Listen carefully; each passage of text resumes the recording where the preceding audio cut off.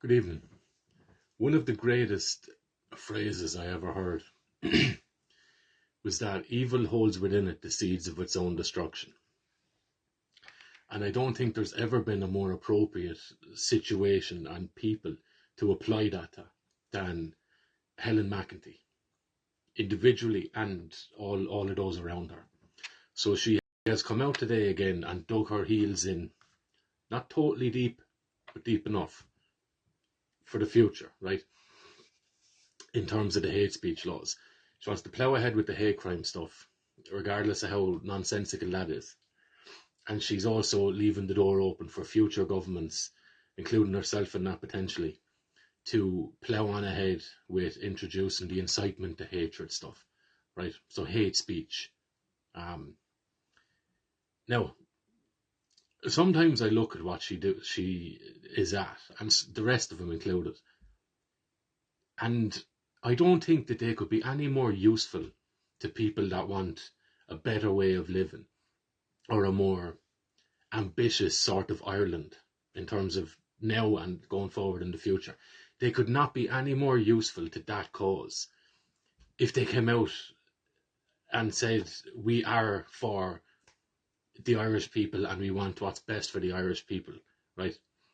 We want Ireland to be Irish and all that sort of stuff. We want Ireland to be a place where Irish people can achieve their potential. If they come out with their flags waving that, they couldn't be any more useful than what they're actually doing now. And sometimes I'd be wondering whether they're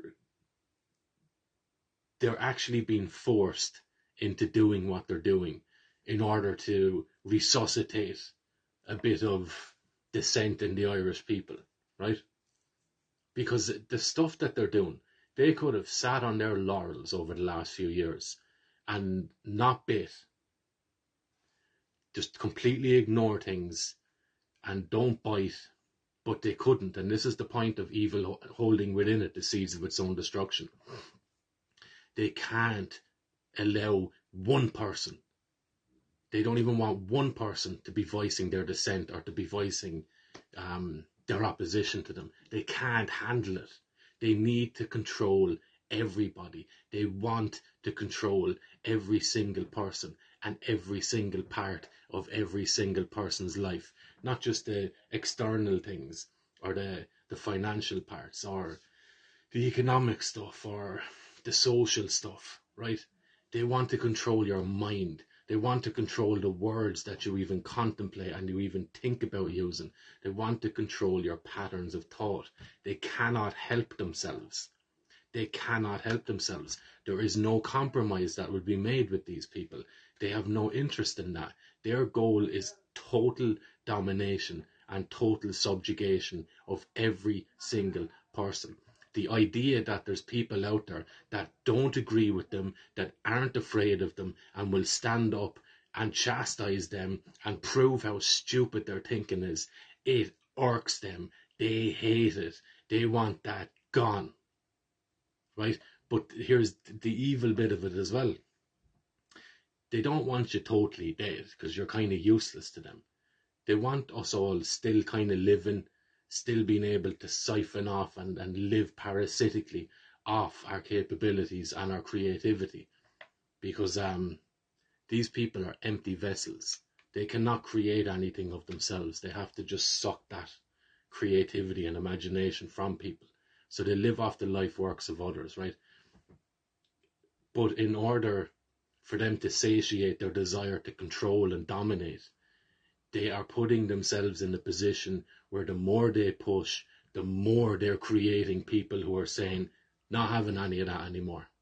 Your days are done. We've had enough. And if that hate speech stuff, like, so she was saying the next government, right? It's not for the government at the moment. So she's not even brave enough. She doesn't have the courage. None of them do.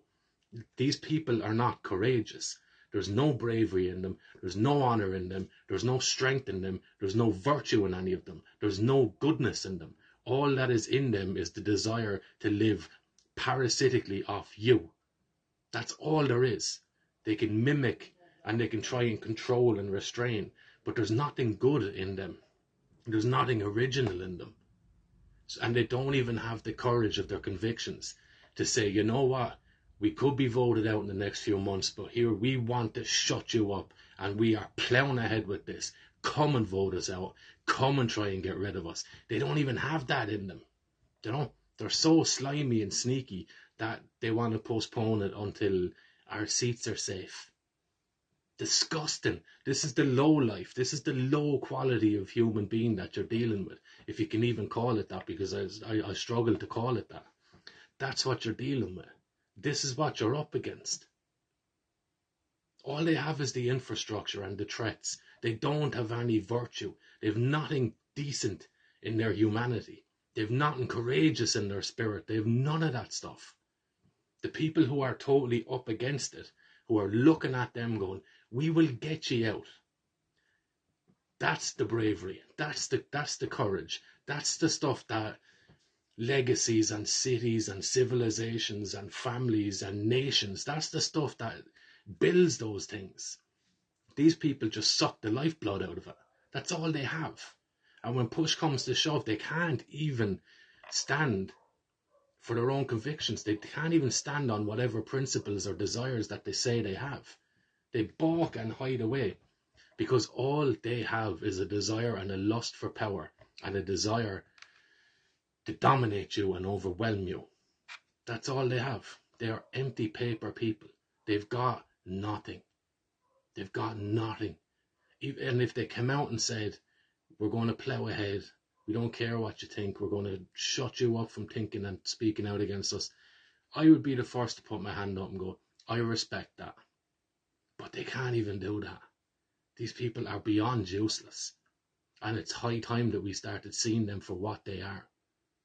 Let's stop blaming and stop pointing the finger and going, oh, they have so much control. They have none.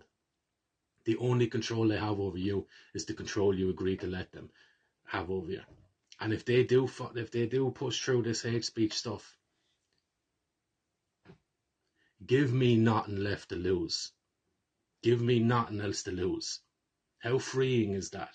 This whole charade of like keeping up with civility and making sure you're kind of being socially cool or approved, and you're going along to get along, not to rock the boat too much and not to be too much of a nuisance and a disturbance. All of that pressure is taken off of people as soon as the idea of going to jail over things that you say becomes a reality. People will go, there's a load off my mind. Now watch.